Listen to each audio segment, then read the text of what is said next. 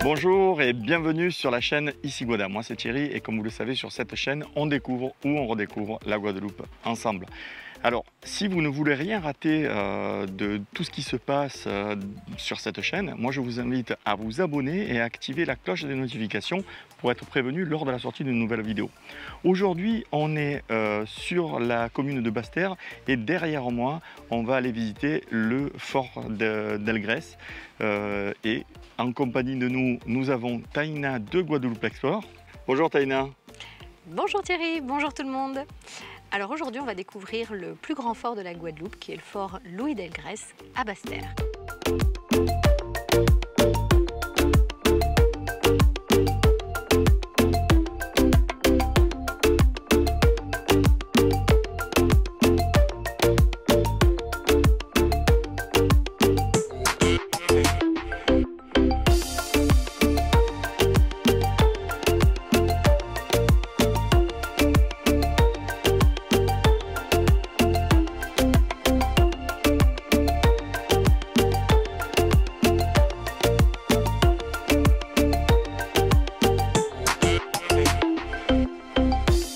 Découverte du fort Louis d'Elgrès. Le nom originel du fort, c'est le fort Saint-Charles. En fait, quand j'étais petite, c'est comme ça qu'il s'appelait. Et en fait, le tout premier nom, ça a été ce nom-là, le fort Saint-Charles, qui en fait a été donné du propriétaire seigneur de l'époque à qui appartenait la Guadeloupe, le seigneur Charles Well. Ça a été également le premier gouverneur de la Guadeloupe. Et donc de type féodal, comme à l'époque, il s'est construit une tour où habitait le seigneur avec sa cargaison de soldats et tout ça pour protéger déjà l'île des potentiels autres envahisseurs entre guillemets. Il faut savoir que ce qui se passait en Europe se passait aussi ici, donc les petites guéguerres entre les grandes puissances arrivaient ici et notre ennemi juré de l'époque, c'était bien sûr les Anglais.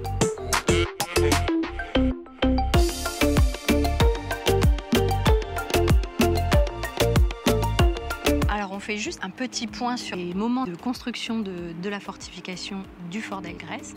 Donc ici on a la première partie qui a été construite, donc là sur le numéro 1, puis l'agrandissement numéro 2, et le troisième agrandissement final. Fortification dit également prison. Et bien à l'intérieur du fort, il y avait une prison et un cachot. Donc une partie avec plusieurs cellules et un cachot bien enfermé où on s'imagine un petit peu les jours désespérants des personnes qui passaient à l'intérieur. Cette prison, elle a été construite sur l'ancien emplacement du premier donjon que Charles Well avait construit. Ensuite, on a les différentes étapes de renforcement en fait, des fortifications, comme on peut le voir sur la carte.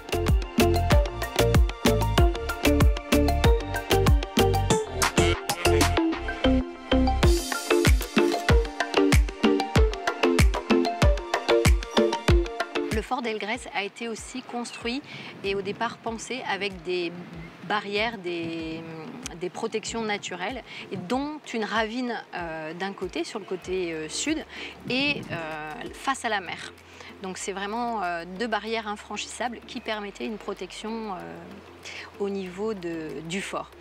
Un petit inconvénient technique, c'est que le fort il est construit en pente et il y a quand même des petites montagnes sur les côtés. Donc là, ça permettait malheureusement, si les opposants étaient sur la montagne à côté, de pouvoir atteindre le fort. Donc ça, c'est un des petits inconvénients. Et puis au cours du temps, les fortifications ont été renforcées parce qu'en fait, ils se sont rendus compte que c'était pas assez efficace. Et notamment, on a été pris par les Anglais à plusieurs reprises. La Guadeloupe a été occupée 4 fois par les Anglais. Et donc, à chaque fois, on renforçait ces barrières.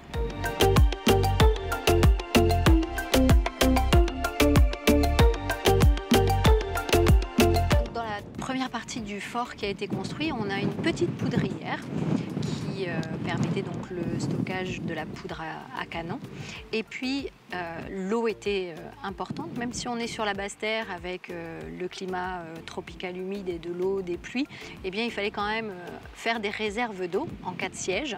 Et donc il y a 2 grandes citernes au fort.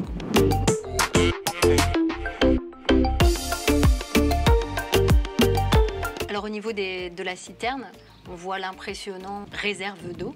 Il y avait un plancher au-dessus de cette réserve d'eau et on pouvait y stocker des vivres. Et donc ça leur donnait une certaine fraîcheur. Et donc il y en a 2 comme ça de chaque côté du bâtiment.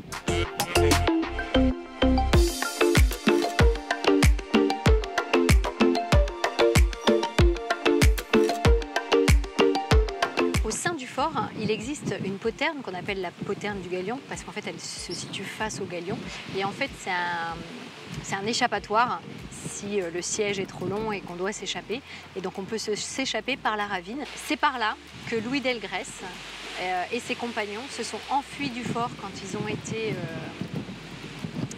pris par les troupes de Richepanse et ils se sont enfuis.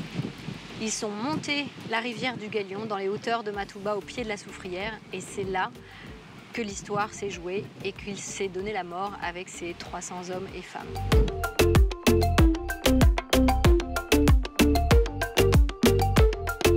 Donc ce fort est tout simplement superbe, immense, il est sur 5 hectares je crois et franchement il y a de quoi faire, vous pouvez y passer presque la journée.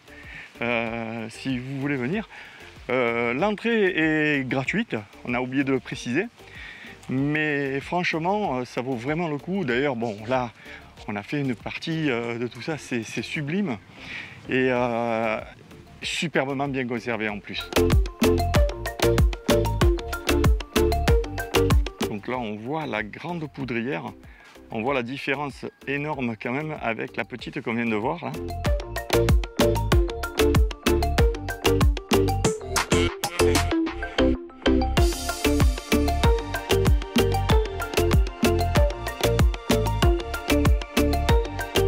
Donc voilà, ici on a une partie des remparts. On s'imagine à cette époque avec les personnes qui étaient là.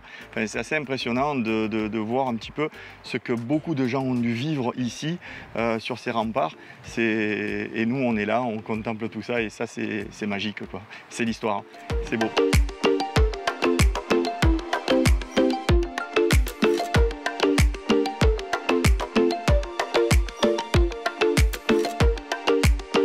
Dans les hauteurs du fort, tout à l'ouest en fait, on a le cimetière militaire avec quelques tombes, dont celle du général Courbert, gouverneur Richepanse de l'époque, hein, celui qui est venu remettre l'esclavage et contre lesquels la rébellion en fait s'est faite en 1802. Vous pouvez voir que cette tombe de Richepanse a été endommagée. Mouvement contestataire, du fait qu'il soit encore sur notre territoire et des méfaits qu'il ait fait à l'époque avec la remise de l'esclavage. Donc ici on est sur le Grand Cavalier et en face de nous, dans les nuages, on a la Soufrière. Donc on distingue moyennement, mais on voit que ça bouge énormément. En fait, il y a un vent de fou ici.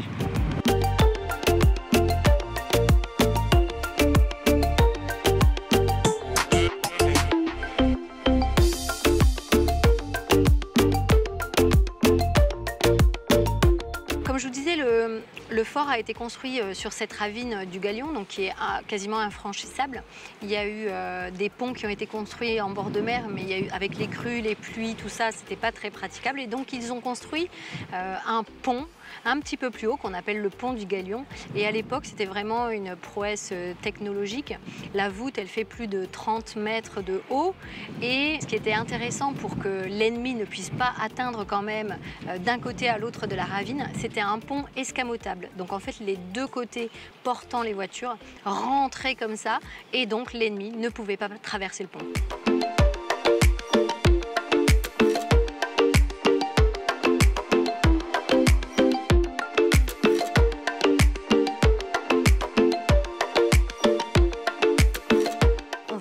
Dans la grande poudrière. Elle est tellement grande que en 1976, lors de l'éruption de la Soufrière, eh bien, s'est établi à l'intérieur le QG des scientifiques, des vulcanologues de Guadeloupe pour surveiller, prendre les décisions concernant cette éruption de 76.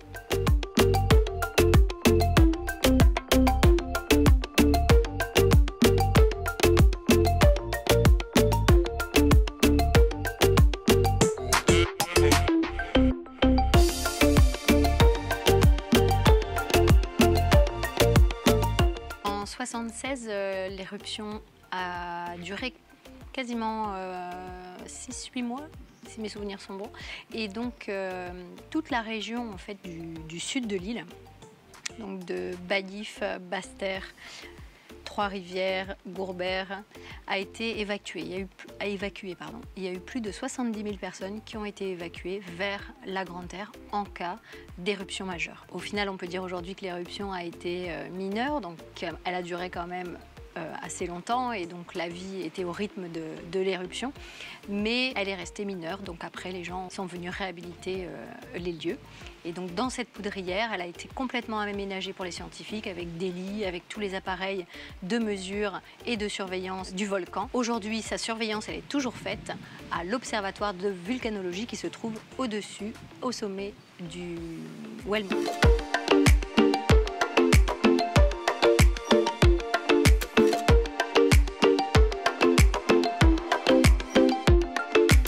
Ici, vous avez des escaliers, vous descendez et vous avez les cuisines, les anciennes cuisines, pardon.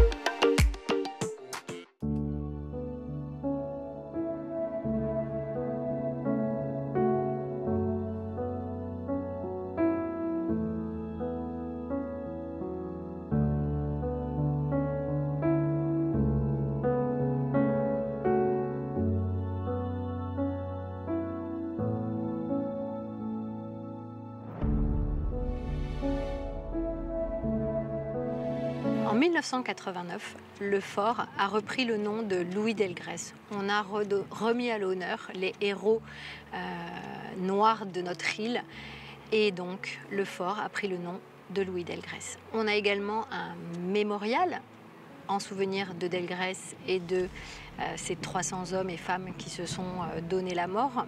Donc il est constitué d'une pierre moulée centrale avec la tête de Louis Delgrès, d'un certain nombre de pierres volcaniques autour et dont l'une d'elles est gravée des différents mots autour de cette période de rébellion, oppression, liberté, tout ce qui s'est passé et le mot d'ordre de l'époque, vivre libre ou mourir. On peut voir également une vingtaine de boulets de canon qui représentent le moment où ils se sont fait exploser avec la poudre à canon dans les hauteurs pour ne pas retourner à l'esclavage.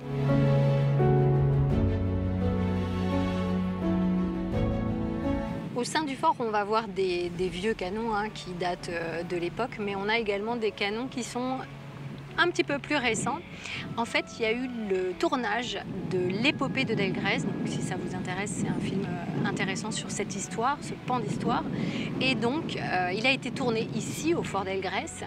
Les canons qui sont là, ils ont été vraiment utilisés et on a tiré des coups de canon pour le film.